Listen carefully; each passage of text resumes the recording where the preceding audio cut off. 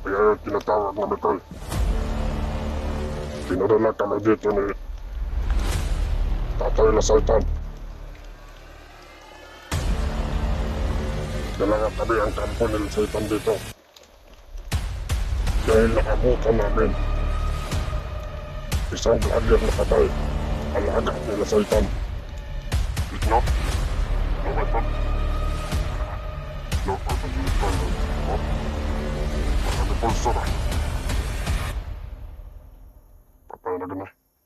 Kahapon ko binibigyan na diyan na tumari. Dapat lagi na mo. Kung anda may kalasaitan. Yaman nga laga. Unang kami. Among gigoyon, among gitaguan dire. Bago lang din umalis si Kalasaitan. Galing dito. Kumuha na siya ng pwedeng idapat na... Anak natin.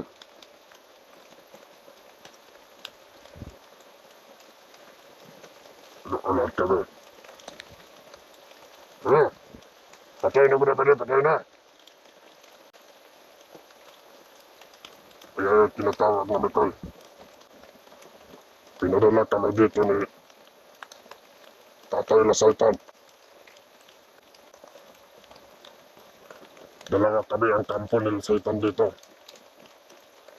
Dahil naabutan namin isang vlogger na patay. Alaga ni Lasaitan. Pangalan niya Metal. Kaya nandito kami ngayon. Para tulungan ko siya. Wala na kaming dapat pasabihin. Dahil kahit anong gawin namin dito, hindi ito mabubuhay. Mabigat ang gagawin na kapangyarihan ni Tatay Lasaitan dito para mabuhay.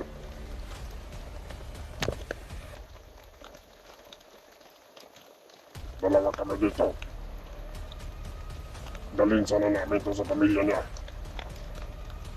Hindi na pwede sabi ni Tatay Lasaitan.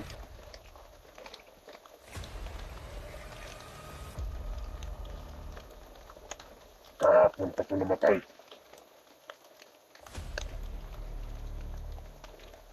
Pinuntak ko ang asawa. Ito.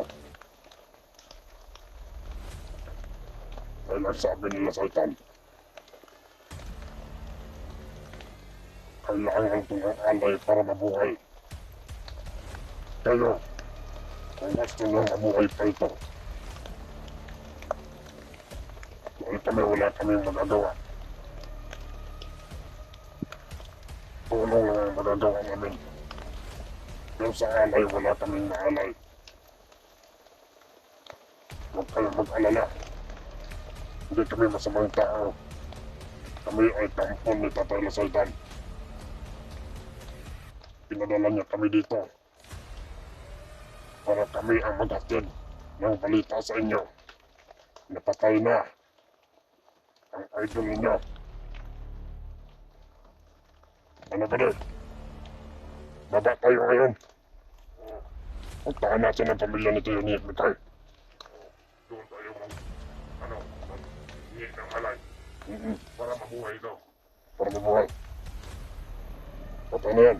Kahapon pa namin yan minamamanan. Pinibuhayin yan. Pero may alay. Buti na abot namin to. Pero naabutan namin patay na. Kaya bukas, kailangan namin makarating sa bansa. Bansa ng Cordero. Ha ha. Ngayon, huwag na kami ang paligoy-ligoy pa. Patay na ito. Kaya kailangan namin makapunta doon sa bahay ng pamilya nito. Alam namin, dahil mayroon kaming guide, si Tatay Lasaitan.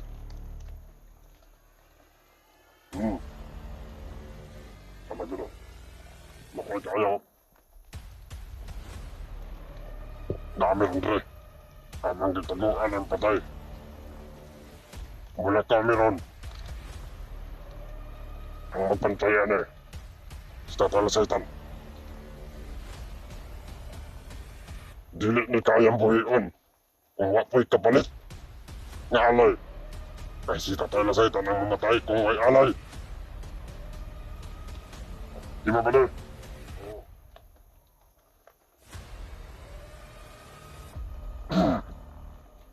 Kaya mo kabalata. Hindi kami masamang tao. Kami ay kusang tumulong para mabuhay itong idol ninyo. Kaya wag na kaming hinalaan. Dahil once na kami ay makarinig ng balita na nagsasabi kayong traidor, hindi na namin ito tutulungan. Kung kami ay traidor, pwede namin ibigay sa commander to. Hindi namin ginawa. Dahil sumusunod kami sa utos ni Tatay Lasaitan. Alaga ni Tatay Lasaitan ito. Kami mga kampon lang kami. Kaya pag-usapan namin bukas kung magkarating kami doon sa bayan. Pag-usapan namin sa pamilya nito kung gusto pa nilang mabuhay. Kung saan sila makahanap ng pangalay. Naunawaan namin kayo dahil sa sobrang krisis ng panahon.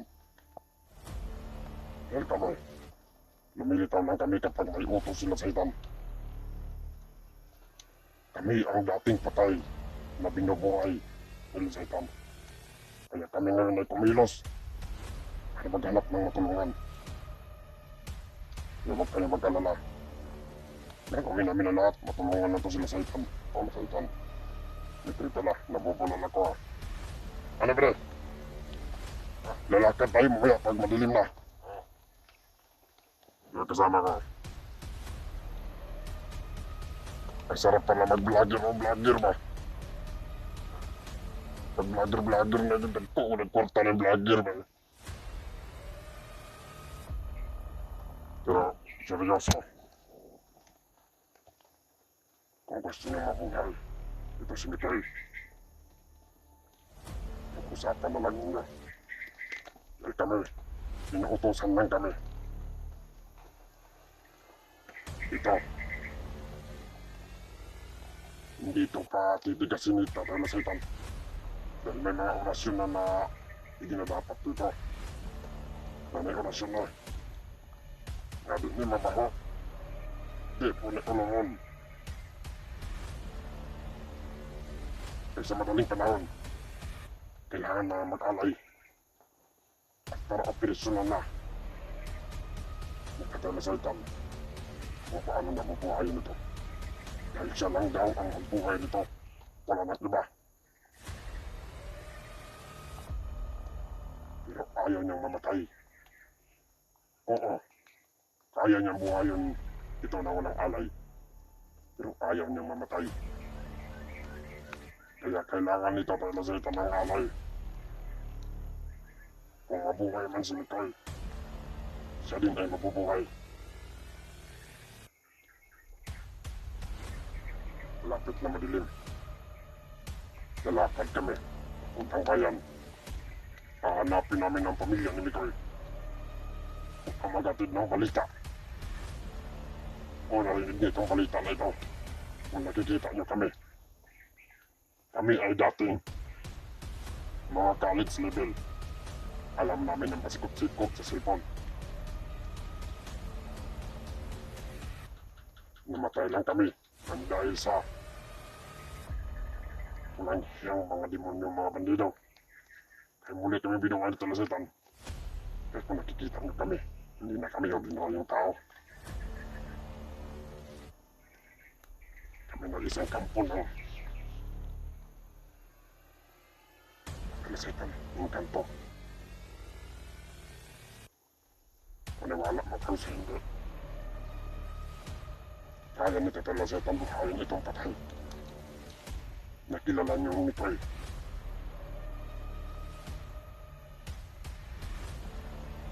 Nung ito sinaalay, doon ninyo malalaman sa pamilya ni Mikoy kung ano ang kailangan ay alay para mabuhay. Si Mikoy. Kung bubuhayin na si Mikoy, sabi sa mga kasamahan niya, Patay na si Mikoy. Kaya walang pwedeng dapat pakialam. Dahil sa lang magbubuhay sa kanya. Di ba yun ang utos si Tatay Lasaitan? Walang makialam. Siya lang daw ang dapat magbuhay kay Mikoy. Alam niya daw ang gagawin. Bapo ko rin bilabong na niya ba de? Klik nyo. Lokay po. Lokay po si Mikoy de. Oh. Wala na pulso ba? Patay na gana. Gahapon po gani maging agi na ito ba de? O tapat agi na mo. Tugkaan na may kalasaitan. Yam na ng alaga. Manang kami. Among gigoyon, among gitaguan dire.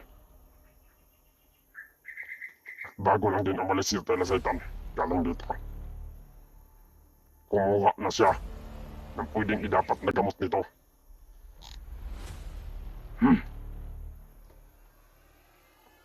Kaya, sabi ni Tatay Lasaitan, 3 araw, malayo na yun. Kailangan maagapan natin. Magtulungan tayo. Kailangan natin maagapan ito. May hinihingi si Tatay Lasaitan. Dahil sa mga kasamahan daw nito noon ay binubuhay ni Tatay Lasaitan. Yan din daw ang kanyang hihingiin. Para sa mga kasamahan niyang engkanto, pagsalo-saluhan daw nila. Tatay Lasaitan ang una na bubuhay nito. At may kasamahan pa siya. May-ari ng lupa, may-ari ng kahoy. Ano naman kasama niya, may-ari ng tubig. Doon ang mga kasamahan niya mga engkanto ang bubuhay dito. Kaya kailangan may paghahatian sila. Ayun, ang alay. Kung may iaalay si Mikoy, kaso ko na ito, patay na to. Doon tayo sa pamilya niya maghingi. Ipaliwanag natin sa pamilya niya kung ano ang dapat gawin. Kasi yan ang inuutos sa Lasaitan. Wala siyang ibang pwedeng utusan kung tayo na lang. Dahil ang kasama ni Mikoy, wala dito.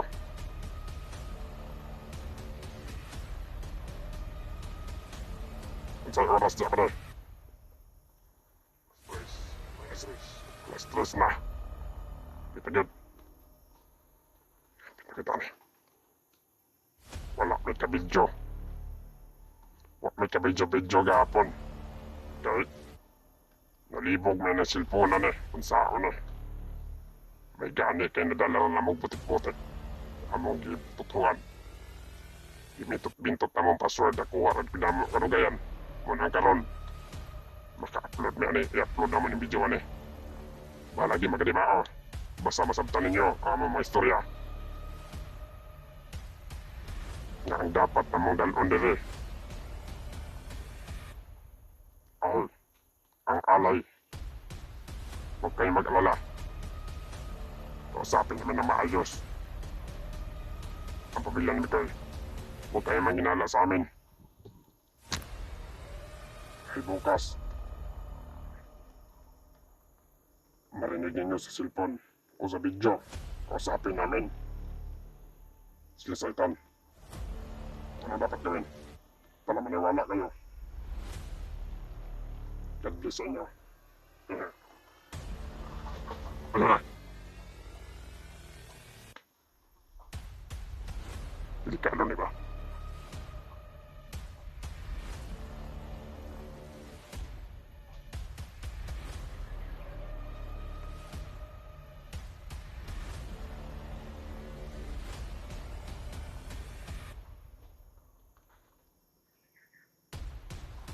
Kasi kalaban na.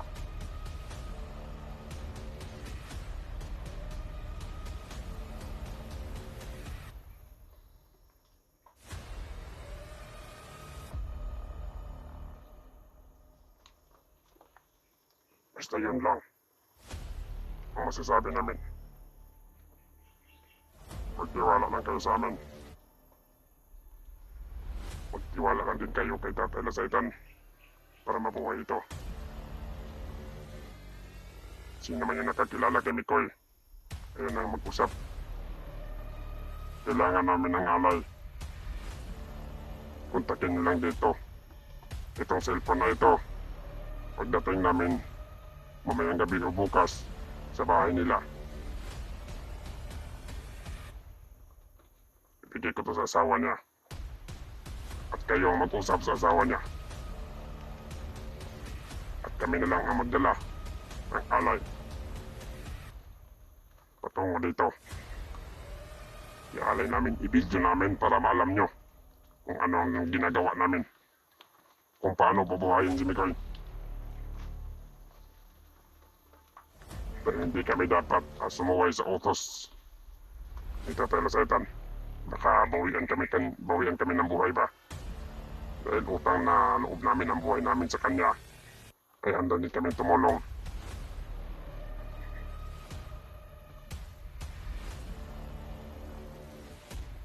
Wala. Para magkalaban na pita. Amat ng pasal mo ba na? Para magkalaban na pita.